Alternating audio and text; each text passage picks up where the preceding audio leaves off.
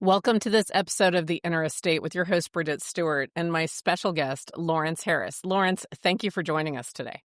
Thank you. It's fantastic to be here.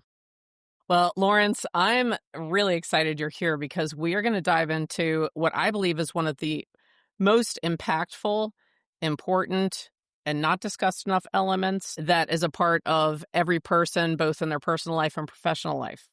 And that is how critical your mental health is just as you go through your day-to-day life. Yeah. And I know you're passionate about it. I want to ask you, can you tell us why you're so passionate about this and what it means to you? Well, the reason I'm so passionate about it is my own mental health journey. Because to make a long story short, the ages of everything below 16, but especially 12 to 15, was a very, very dark time. Okay. And I know how teenagery that wording might sound, but when you're 12 years old and your dad blacks your eye and you're 15 and you're looking into this bathroom mirror just disgusted at the kind of person you've become, the way you can barely sleep, how your skin's breaking out from stress, Yep. and you look 10 years older than you really are because you just cannot sleep at night. Right. It's not something that you just get over. Right. And I was fortunate enough to have a therapist and friends and family and a girlfriend and a lot of people who cared about me. But when you don't care about yourself, it's hard to accept that other people do. Yes. But as I started to, improve and get better, I took a look around at my life, at my siblings, at people in my community, at people at school, and I realized so many people are in a lot of pain, but they bury it away because either they were told not to talk about it, they were afraid to talk about it, or they just don't know how to. Right. And it's really intense because, this is October, but September was Suicide Awareness Month. Yes. And a really dark statistic is that one person every 43 seconds commits suicide, which is over Crazy. 700,000 per year. And 33% of that are under 25. So that's a really big thing that fuels me to raise awareness about this. And I believe, I have not checked the statistics recently, and you may be aware, it's also disproportionately men. Yeah, it's about 75% of them. Yeah. And I mean, that's a real crisis. Yes. And it's only more intensified by how most of the things that are promoted to men are very self-destructive. Like this idea of, okay, just get a bunch of money, look cool to other people, sleep around, party, only leads to our destruction. Yes. Because when you take away all the money, you take away the cars, you take away the clothes, you take away all the women you slept with, you take away all the big houses and the shiny stuff, and you're just laying in bed by yourself, and it's just you, and there's no one around, and there's no distractions, and the music is off. You have to look at yourself. Right. And a lot of people don't want to do that because they've never been taught how to love themselves. We've been taught how to love our money and to love our status and to love all of our things, but not how to love ourselves. And men we tend to have a lot less friends because just by evolution, biology, for whatever reason, culturally, we just don't make as many friends as women typically do, Right. which leads to isolation. And then as we get older, you can take a look at veterans are a great example of this. Yeah. We're kind of encouraged to not talk about our emotions because, you have to just be a man and toughen up and make sure everyone else is okay, but we're not taught how to make sure we're okay. Right. And this even ties in with, and I'm sure in your research and your work, you've looked into this as well. It ties into the current loneliness epidemic in North America. And I say North America because apparently it's in Canada as well as the US. That is, again, disproportionately impacting men. However, I don't know if you saw this recent data. Women are starting to cover the gap. So that's an issue. And I think it ties in with everything that you're discussing. Yeah, a big part in that too, and this also is further intensifying issues in men's mental health, is you look at the current state of most relationships. So prior to things like, well, I wasn't alive, obviously, but just looking at the data, prior to things like the internet and dating apps and whatnot, you could go date the girl down the street. You two would get married. You have a white picket fence, 3 kids, happily ever after. Right, That was pretty common back then. Like right, back in my grandparents' time, you would date the girl down the street. You two would get married, and you would be together for 60 years. right, That was right. the norm. Whereas now the norm is people don't trust each other because on social media everything is a red flag. You Yes, look at the typical like standards that are being promoted of if you're not like 20 years old and you make $50 million and you're 6'9" and right. got six pack abs and all this stuff, then you're not good enough. And imagine you're 14 years old and you're hearing this, Yeah, and then you hear it again and again and again constantly. Then you look at the music, then you look at the television, then you look at the magazines and everything else. the Then you movies. look at the advertisements. Hmm. It's a constant cycle of you're not good enough if you don't have this. So a lot of men are like, well, why even try? Right, right. Like, why even try? Because for me, I'm 5'6". By conventional dating standards, I'm nowhere near tall enough. And that then, from most people's perspective, will be like, oh, well, he's 5'6".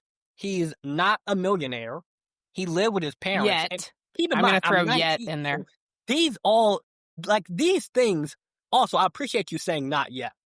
But these are all things that you look at the most commonly promoted dating standards would say I should not have good relationships. Right. So most men are like, well, why even try? Which then further leads to more isolation. That's right. And then And you think more of the about, loneliness and more of the depression and or mental health issues. yeah. And Yeah. a lot of the things that motivate men to, go out and work hard and take care of themselves and become successful really does come down to the women they date or men if that's their preference. Hmm. Because we like to provide for those around us. It's just like a hardwired thing in our brains. We Right. want to go out and hunt the mammoth and bring it back to the cave and make sure the tribe gets to eat. Right. But when we don't have a community, when we don't have someone that makes us feel appreciated, we become more isolated. Or you look at the relationships where there are two people dating each other, but one of them is like neglectful and rude and hurting this person in some way, but they just don't want to be alone. So they So, stay. yeah. Yeah. So it's really so many facets that go into it. But the key to a lot of it is self love. I agree. Like if we just circle back to what you said of you're 15, you're looking in the mirror and I think you used the word disgusted. Like you look at yourself and you don't love yourself and you're like, Yeah. what? I'll even venture to say you mentioned things that are glorified or idolized, particularly for young men, because I think they're slightly different than what it is for young women. But some of it's the same. But making the money, the cars, the looking cool, you've this whole thing. a lot of those at the end of the day, are not satisfying for yourself. It's not necessarily contributing to something that you feel passionately about in your soul or Yeah. with your core values. So it's not surprising that people find themselves waking up and not wanting to get out of bed, waking up and actually using a snooze button, which I think is a dream killer, and not loving themselves. So let's talk for a minute about what is one thing, if someone's listening to you and I right now, and they are thinking, good Lord, were they following me around with a camera because they're describing how I feel right now, regardless of their age. What is something that you would recommend that they could do today to start moving in a direction of loving themselves? Clean your bedroom. Okay. Because think of it this way. If you sleep 8 hours a day, that's 33% of your day. Now, if you live to be 100, that's 33 years. The place you spend 33 years has to be, at a minimum, presentable. You don't have to be a neat freak, but it has to be Right. presentable. Imagine you go to sleep in this dirty environment. Yeah. You wake up in this dirty environment. You return to this dirty environment. It's going to magnify any issues you have mentally. So it's dirty and it's cold, and you come home and you're stressed out from work, you're stressed out from day-to-day life things. And now you're laying in a room that's just bad, and it gets Right. worse and worse. Right. So by cleaning out your room, you also are clearing out mental clutter. I agree. And then from there, you could do other things. Like, let's say, you don't even have to do a full deep cleaning. Just pick up trash. Just Do make your it look, laundry. put the clothes away, dust it, make the bed, make it Yeah. look together Another thing you can do and inviting. is write out 3 things you want to do today and think of these as milestones. Because for me, like when I was at my worst, something as simple as brushing my teeth was Mhm. like moving a mountain. You have to Yes. set the bar at a level that stretches you out your comfort zone, but isn't astronomically difficult for where you're at. So That's right. if I brush my teeth today, that is a win. If I make my bed, that is a win. If I go outside, that is a win. If I make it to school, that is a win. If I do my homework, that's a win. So you have to set these little markers that encourage you to keep moving forward. It's also the reason why in the military, the Navy, and the Air Force, the first thing they teach you is how to make your bed. Make your bed. Actually, that's one of my favorite books. The book as, Make Your Bed. Yep. as simple and silly as it may sound, the reasoning behind it is by making your bed. And they don't just tell you, okay, put the sheets on it and put That's the right. cover. They tell you, like, we want straight Military corners. That's right. Yeah. Like, we You want it bounce a down to quarter the on it. slightest Yes. detail. Right. The reason for it is consistency. You get an instant win in the morning. You get Yes. to feel proud of yourself, and you get the ball moving. Right. Because if you're having trouble getting out of bed, if you can just put your feet on the ground, Yeah. that's a win. I agree. If you can make it to brush your teeth, that is a win. That's a win. I want to add to it. I love the language that you're using because it definitely has an impact on our subconscious mind and our self-perception. So there's a big difference between, I finished that off my list of things to do. That is heavy and is not exciting. It's an energy drain. It's like, what's the next thing I have to do? When you change that one word and you're like, yeah, brush the teeth, it's a win. And you start building win after win after win after win, it starts to change your self-perception and your subconscious mind. Yes.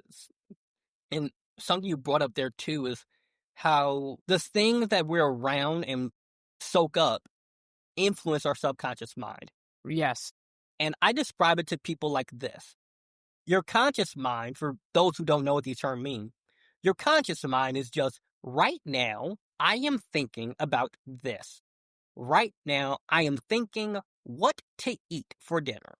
Right now, I'm thinking about driving my car to work. Your subconscious is everything you've ever thought, ever heard, ever done, ever said, did not do, did not say. It's everything. Everything. It's like a library, and your conscious is the book you're currently reading. Mhm. So over time, you want to fill up your library with good books, with positive things, with good friends, environments, music, hobbies, dancing, good Mhm. thoughts. And it starts as simple as saying, I love myself, even if you don't feel like it. If Yes, you I would say it agree. long enough, like if you say something long enough, you'll start to believe it. And if you Yes. take actions, now you're like, okay, I'm not just saying the thing, I'm doing stuff. Which is why the first thing I tell people to do is clean your room. I think that's great Because advice. every single day you wake up, you're going to wake up in there. You're going to go to sleep in there. You're going to come home to that. You're going Right. to sit in that. You're going to live in that. And that is influencing your subconscious for 8 hours minimum every day. Right. Right. Minimum. You're right, sometimes more. Yeah. So if you just do that, and then you take other things such as going outside and getting fresh air, you'll see the sky and the sun, and you'll be like, you know what? I don't live in a war zone. That's pretty good.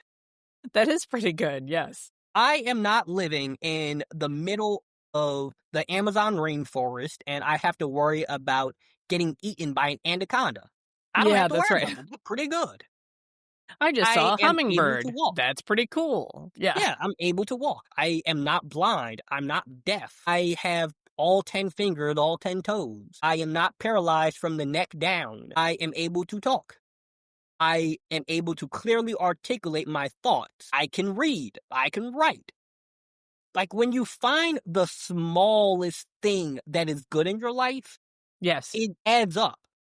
And then you also can think to yourself, what are things that you have, but your life would be a lot worse without them? Like for me and my dad are not in each other's life whatsoever for a long list of reasons. And I could think, it sucks that I don't have a dad. But I have a mom. I have Mhm. siblings. I have like 13 aunts and uncles. There you go. I have 52 cousins. I have a very, very large family. Right. That's a good thing. Yeah. Yeah, but your siblings, they make a lot of noise in the house, and this is annoying and that's annoying. But every time I travel and I had to spend 3 days in a hotel by myself, It's too I quiet. actually miss them. That's right. It's That's like right. I miss the sound of my little brother banging his fist against my door trying to get Right. in. Right. I miss when my has her friends over and they're blasting music. It's Mhm. kind of comforting to know I have people around me. Around you, yeah. So this is sort of a random question. When you talk about the bedroom and the bedroom environment, what are your thoughts on having a television in your bedroom? Mm. Well, personally, I actually don't, believe it or not. I I took do the not TV out of either. my room years ago, I but did it decades ago. Yeah, but I mean, I would say it depends on a person to person level because I agree. like naturally, if you're going to watch TV anywhere, you're going to want to watch it in your room, so it makes sense to have a TV. If you're young, you're probably playing video games, so again, it makes sense to have a TV. But it would probably just come down to you have to be genuinely honest with yourself about it. Like, Mhm. is the TV a problem for you? Yes. Like, I used to play 8 hours of video games a day to try and distract myself. Mhm. The TV was a problem, so I had to get rid of it. Right. Other people, you're at work for 8 hours, you're probably in school or college, you're dealing with, probably the majority of people on here do real estate. So that seems like a high stress job. You have to Yes. manage clients and customers, Maybe you have kids and grandkids. You're driving back and forth from their soccer games. So, of course, enjoy yourself. If you need to relax, light some candles, eat some snacks, and watch some TV, go ahead. It makes Right. sense. It's But okay. if you're spending like hours upon hours procrastinating, distracting yourself, trying to numb your pain with the TV, then Then it's an issue. yeah, That's like right. you have to be It's almost like honest. alcohol. It's almost Yeah, like alcohol. it's like, If you have one glass of champagne every 6 weeks, yeah, that's okay, but if you know that it's becoming a crutch that you have every day, then it could be an issue. yeah, and you have to also, like I keep repeating, be honest with yourself because naturally everyone doesn't want to say, I have a problem. Like if you ask somebody who's an alcoholic, are you an alcoholic? They're That's going to right. say, no, I'm not. No, I don't have one. That's right. But then you also have to be honest enough to say, let's just look at the data. Like, let's look at the numbers because the numbers don't lie. Right. If you go on your phone and you check your screen time, it doesn't lie. Right, If that's right. you if you just look at the numbers of how much time am I spending that is beneficial, how much time am I spending that is not beneficial? You're spending way more time that's not beneficial than beneficial, that's a problem. But Right. if, like you said, you're of legal age and every now and then you decide to drink a cup of wine or get a beer with your friends, Right. and this is like every now and then, like maybe once a week, and you're not like driving drunk and you're blacked out and Right, yeah. you actually have a Waking up in problem, a ditch. Like, yeah, then of right. course, you can have your TV as long as you don't truly have a problem. Yeah. But if you do, If you do, I then think you it's do. a good step to. So when I think about you and I talking about mental health, and sleep is critical. So one of the things tying up what we were just discussing is if your sleep isn't right and you have a TV in the room, Well, yeah, that is an element you could change today that may have an nearly immediate impact on your sleep. So it yes. could be something to consider. Yeah, that I was just curious what your thoughts were on that. Well, there's actually been studies that have been proven that blue light, so That's light right. from your devices, actually Yep. messes with the chemicals that make you fall asleep. Yes. So if you're watching a TV, you now have a 2, 3, 4, maybe even 5 foot giant screen of Mm-hmm. light shining on Mm-hmm. you. So imagine Right. trying to fall asleep while I'm pointing a flashlight in your face. You can sleep, but it's not going to be as good. But imagine if instead we put you in a completely dark room and there's no light and you have no distractions and it's pure silence. You're going to fall asleep very fast. Right. You're going to fall asleep easily and you're going to wake up refreshed. Yeah, the studies also show you will tend to have a longer stretches of deep sleep, Yeah. which, by the way, tend to happen in the first 5 hours of sleep, and they're not necessarily all consecutive. But yes, the blue light has a huge impact on that. There's also So, the fact, too, that if you have a TV in your room, you're going to stay awake longer yeah. because you don't want to go to sleep in the middle of your favorite Netflix show. You want to finish the Yeah. episode. Or if you're hooked into a binge, let me Yeah, just do and one more. everyone Let me do one everyone more. says just one more until Hmm. one more becomes like 10 more. 3 or 10. That's Yeah. why I tell people that, okay, I tell people, enjoy yourself and do whatever you want to do responsibly. However, you do have to understand that anything that you can label as a vice is inherently bad for you at a certain point. Yes. Like, Yeah. even something as simple as, okay, you're going to drink a glass of wine. Yes, this is enjoyable, but it is inherently destructive on your body. Right. Like one every week, not a problem. Like Hmm. that's going to have like such a slight difference that Right. unless you stretch the time horizon out over decades, there won't really be a difference. But if you find yourself saying something like, okay, just one more video game, one more episode, one That's more right. shot, one more beer, one more. That one more, at a minimum, is going to turn into 3 more. Right, and then there's the whole accumulation effect like you talked about that takes place over time. Yeah, And like with time, if you're not focused on it and you are in the delusion of the moment of comfort or support or this makes me feel better or whatever, you won't even realize the detrimental effects of that accumulation. yes. Yeah, And in the same way too with positive things. that's Like, right. I'll put it this way. Let's say I offer someone, either I'll give you $1,000 right here, right now. $1,000, no strings attached, tax free, do whatever you want. Or in 3 years, I'll give you 50,000. Most people are picking the $1,000 because they want That's right, yeah. that They want it immediate right hit. now. So think of this instead too. Whereas I tell you, either right now, I'll give you a donut, or you can go to the gym. Naturally, we want the quick, easy, fun thing. Fast forward 5, 10, 15 years, the Right. person who eats a donut every single day and the person who goes to the gym every single day, Yep. on a weekly basis, you won't see a difference. Monthly basis, slight difference. Yearly basis, one of Huge. them is in fantastic shape.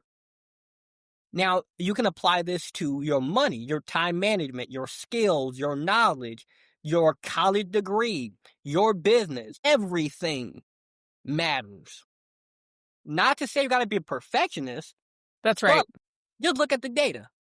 Just look at the data and ask yourself honestly, where do I want to be in 2 years? Because in 2 years, you can do a lot.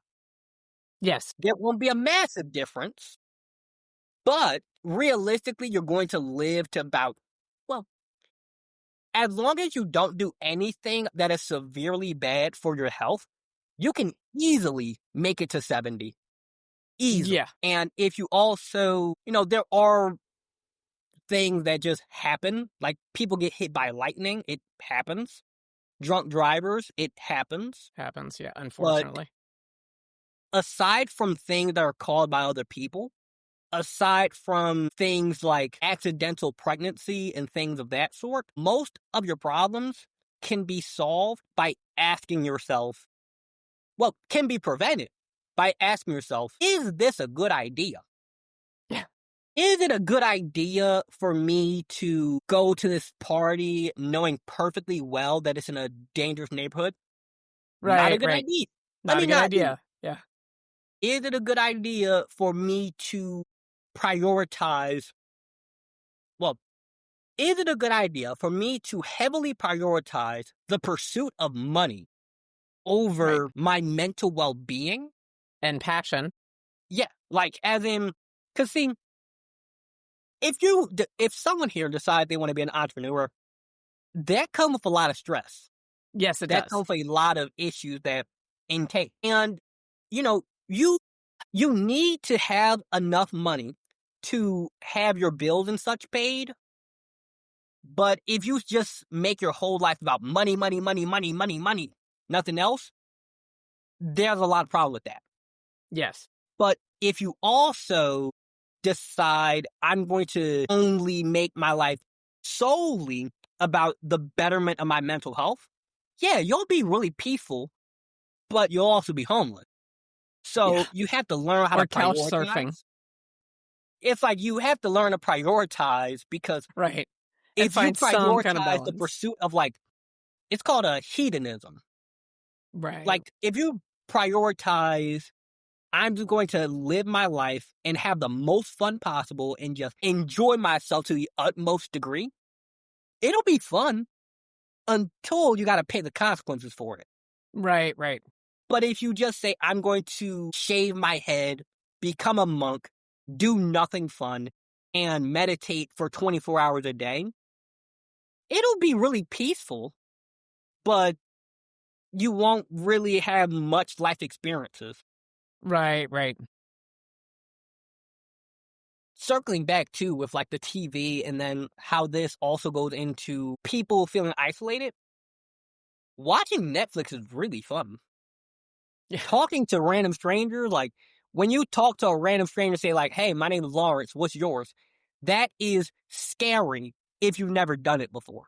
Mhm. But talking to random strangers, and obviously I mean this in like a safe way, like don't talk to people in the back of a dark alleyway. Right, right.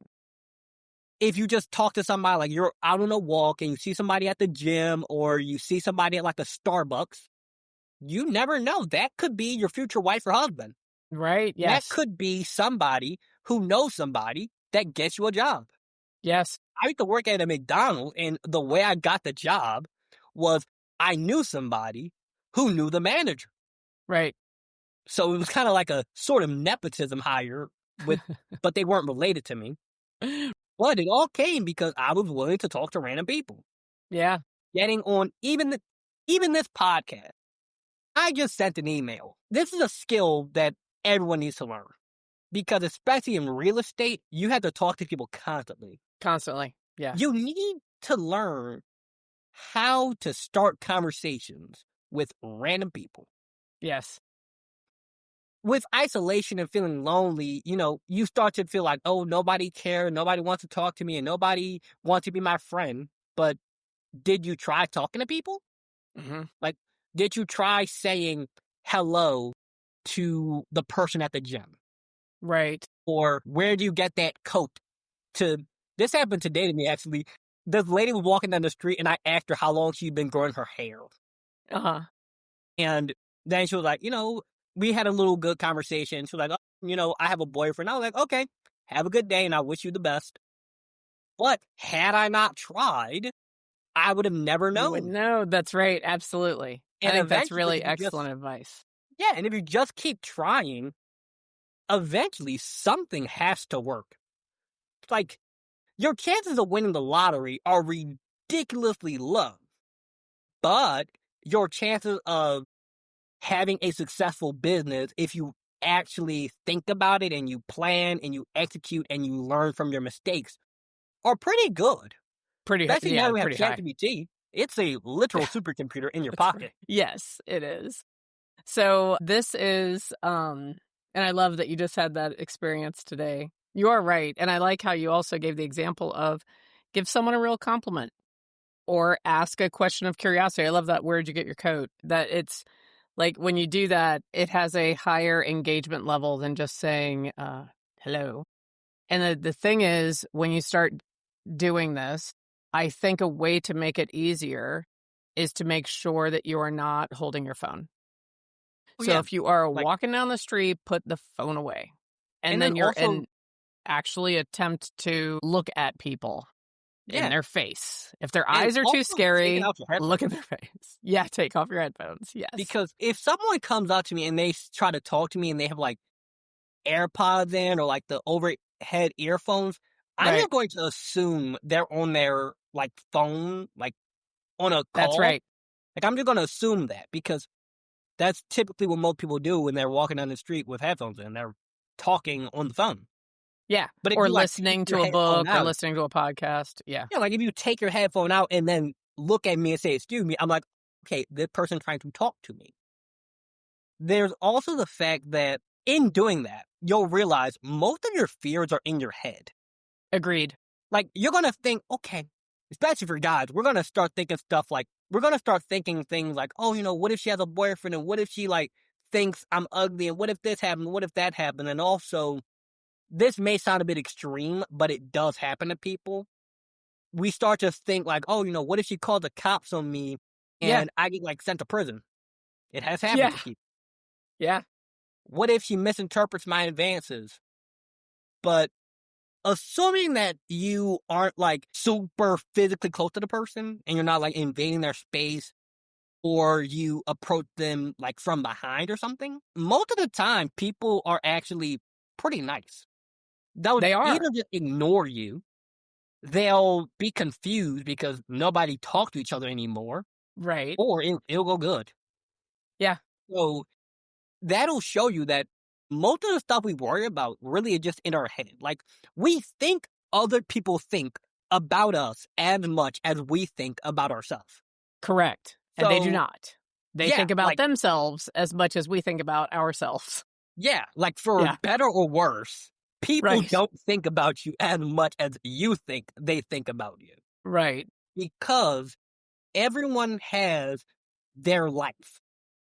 Like, everyone has to worry about, like, whatever's going on at home, or their job, or paying their rent, or getting a Right. job, or running their business, or just life. Yes. So, most of your fears and worries really just come down to either something that you dealt with when you were younger, or the stuff that gets pushed to us. Like, we are a generation that is so well connected, yet so disconnected. Correct. And you'll see this everywhere. Relationships, most of them start on dating apps. Yeah. I don't know a single thing about you from your profile. That's right. Like, I don't know if you have bad breath. Yeah. I don't know if you're rude to waiters. Yeah, that's I right. don't know anything about you. I don't know if you even have legs because your dating profile is your neck up. Right. I don't know if you're able to, like, walk. That'll be pretty important if I want to take you to, like, a park. Hmm. And then too, with how people connect now, it's pretty rare people have genuinely deep, meaningful conversations. Yeah. And that's a big part in why I write books. It's a way for me to get all my thoughts, clearly articulate them, and put this out there to the world and say, hey, if anyone relates to this here, now you know you're not the only one. Well, it's actually interesting you said that because I wanted to ask you. So you shared with us when you were 15, and it sounds like you had a at least one significant moment.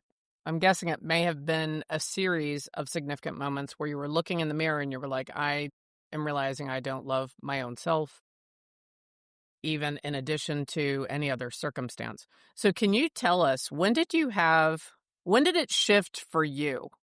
When was it did it happen when you were 15? Was it more when you were 16? Like, what Mm. happened where you went, I am changing the way I feel about myself now, regardless of anything around me? Could you share a little bit about that time? There were a bunch. It was a really big unfolding. It's kind of like an onion. So it first started when I was like 14 and realized something is deeply wrong. Because at the age of 12, I was actually clinically diagnosed with complex post traumatic stress disorder. Okay. So it's, I describe it to people as I'm really good at managing it now. Mhm. But when I wasn't, it was like walking on a minefield blindfolded. Right. Any and everything could set me off into these like intensely deep spirals where you go from thinking one person hurt me, which in this case was my dad. Someone could hurt me. Someone would hurt me. Everyone will. And this whole black and white spiral happens immediately. No Right. build up, it just immediate. And through therapy, I started to find ways to, like, okay, catch it and be like, okay, now I'm aware this is happening. Now I know how to label this. I know what's going on. Can't control it yet, but I know what's going on. 15, when I was looking in that mirror and I started asking myself, okay, well, why do I feel this way? Like, Mhm. why? Because at this point, I was no longer in his house for 2 years. Me and all my siblings were physically safe. I had been in therapy for 3 years, and I had done a lot of growth. Mhm. So I asked myself, well, why? Part of me was still holding on to the past. Part of me was, I wouldn't say comfortable in the sense of like, okay, I'm fine being like this, but comfortable in this is so familiar. That's right. That It's like you get comfortable in the pain because Yes. you know what this is. And to get better, you have to, cheesy as it sounds, you have to let go. Yeah. But to let go is like to fall into the unknown. That's right. Yeah. And that's where you start noticing the unconscious patterns of, why do I do this? Oh, you do this because it was a safety mechanism from when you were at your dad's house. Mm-hmm. I was in this book I've recently finished writing. It's called Made for More: Healing, Resilience, and the Strength Within. It goes over Great. the details of everything I've been through.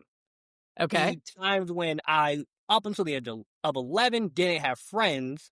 So I had severely, like, disturbed social skills. Mm-hmm. Goes over all the most unhealthy ways I tried to cope with my problems, goes over everything. And then how I got out of it. I break down all the symptoms of CPTSD, how to manage them, and it's basically a guide map for anyone trying to deal with stress and emotional regulation, black and white thinking, paranoia, trust issues. I gave the best methods I could think of in that thing. Good. And in writing it, I uncovered that all these subconscious things that go on can be traced back to our childhood. Yeah. And then there's other stuff that we do because people told us to. And in uncovering all those like layers throughout the years of my life, one of the other huge significant moments for me was when I was 16. I Mm-hmm. had this girlfriend, and she told me that if you saw yourself the way I saw you, you'd think you were Superman. And Yeah. at the time, I just thought she was trying to be like, playful and cute with it. And I reflected on that for years. And I realized that a lot of times people see something in us that we don't even see in ourselves. Yes. And the most recent of these events, because it's not just a one-time process, it's like a expanding of your mind. That's the best way I could describe Right. this. It's Right. like you uncover more and more and more and more As you about yourself. go. Right. In me doing this career and speaking to young people about improving your mental health, there's a lot of sensitive things we get into. Mm-hmm. And I had a couple people come up to me and start crying because, Mm-hmm. like you mentioned earlier, it's like I've been able to been following these people around with a camera and Yeah. not speaking at them, because a lot of speakers, for better or worse, is how most of us are trained to do it. We get trained to talk at you, not with you, not alongside you, Right. not give you the realness. We're trained to give you this professionalized final image, not Yes. the real. I'm a person too. That's right. Yes. And that's what people need. They need to know that even if you are different and you're weird and people are making fun of you, so be it. So be it. 'Cause at the Be end of the yourself anyway. yeah, it's like at the end of the day, if you love you, there's going to be somebody else out there who's going to love you too. It's That's right. just math. It's 8 billion people in this world. If you live in America, there are 390 million. And I live in Philadelphia. We have 2 million people Yeah. here. Philadelphia is pretty packed. We have about, I think it's like 600,000 people under the age of 20, maybe 100,000 between the age of like 14 and 18.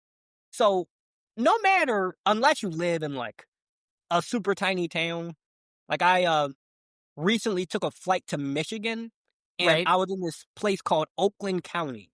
Okay. It has 921 people.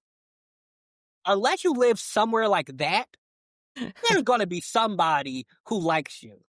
You were probably thinking, there were more people in my graduating high school class than in this whole town. Actually, I went to a really small high school. You I did, went to okay, a but high a school lot that of people out there are thinking that. it only had Yeah. like 600 people, and it was a middle school and a high school combined. But that's funny. So I went to a very small high school in Maryland, and my graduating class was, I think, 104 people. So we have that in Yeah. common. And also, even though I live in Arizona now, I know Pennsylvania is not Maryland, but we grew up kind They're of in like that next to each same other. area. Yeah, that's right. So Yes, and then So also too with being comfortable with yourself, I say this a lot of times in speeches and YouTube videos everywhere. You're the only person who goes in your casket. that's So right. I love that. just imagine you're 90 years old, 75, whenever our time comes, and you're just thinking to yourself, 'cause I genuinely believe that people know right before their time comes. Mhm. Like, I've spoken to people as they were in that, like, transitionary period, Right. and they just know. Mhm. It's like, whatever people's religious beliefs are, there's some way people just know my time is about to come. Right. All of a sudden, they start writing wills and they start talking about religion out of nowhere. That's They right. just know. They know. They know even if they're not aware that they know, because it shows up, like you said, in some actions. Yeah, and Yeah. when that time comes and, they're, like, reflecting on their life, they have to go to the grave knowing I lived that. That's right. This was my one shot. I did that. And that's the gift of, because it's excluding the abrupt, horrific things. We're talking about people that live their life and they know that the end is coming. And that's a gift in that. And when you have the opportunity to even have that awareness and that, Yeah. you know what I feel like now? Now I feel like I want to find a guest that's 90. Wouldn't that be kind of fun? So 19 to 90, that'd be I cool. mean, yeah, that would be a great, That would like, be cool. dynamic, actually, Okay. because, Let me know if you know someone. Anyone listening, if you know someone, let me know. But like, so 90 do me years a old. favor. Wow. I want, That's the can you 1930s. restate the title of your newest book again? Because I really liked that title. Made for More. Healing, Made for More. Resilience, and the Strength Within. I can Showing actually send over resilience the and the strengths link within. to it for Amazon. Yes, I'm going to have the link for your book in all the descriptions as well as Medium, Blogspot, and on IMDb. Yeah, So if you because want to find people need Lawrence's that. book, we're going to make it as easy as possible. Lawrence, I am going to ask you now. I would love it maybe in the new year if you would come back and be a guest again, because I Sure, I feel can like put like there's a so much more that I would like to discuss with you. yeah, sure, I could put like a note on my calendar to do that because Perfect. there's something that I often notice about myself is like every 2 months there's that unraveling of learning more about myself and more of how I can help others. Because me last year was nowhere near as good at what I do as I am You now. right now. Yeah. And I think on that next episode, I'd love to talk a little bit about as you were going through this mental health journey, where you discovered the entrepreneurial spirit and the ability and the consistency and skill to become a published author. So let's definitely get on the calendar again, because I would love for you to come back to the inner estate. The inner estate, by the way, the title of the show is all about what you're discussing. It is, what is that space in our mind? What is that real estate within ourself that actually guides everything we do and how we show up in life? So I want to Yeah, thank you for being our guest. thank And you. if you're listening, I hope that you will also come back and join us for the next episode of The Inner Estate. Thank you again, Lawrence, and I'll talk to you soon.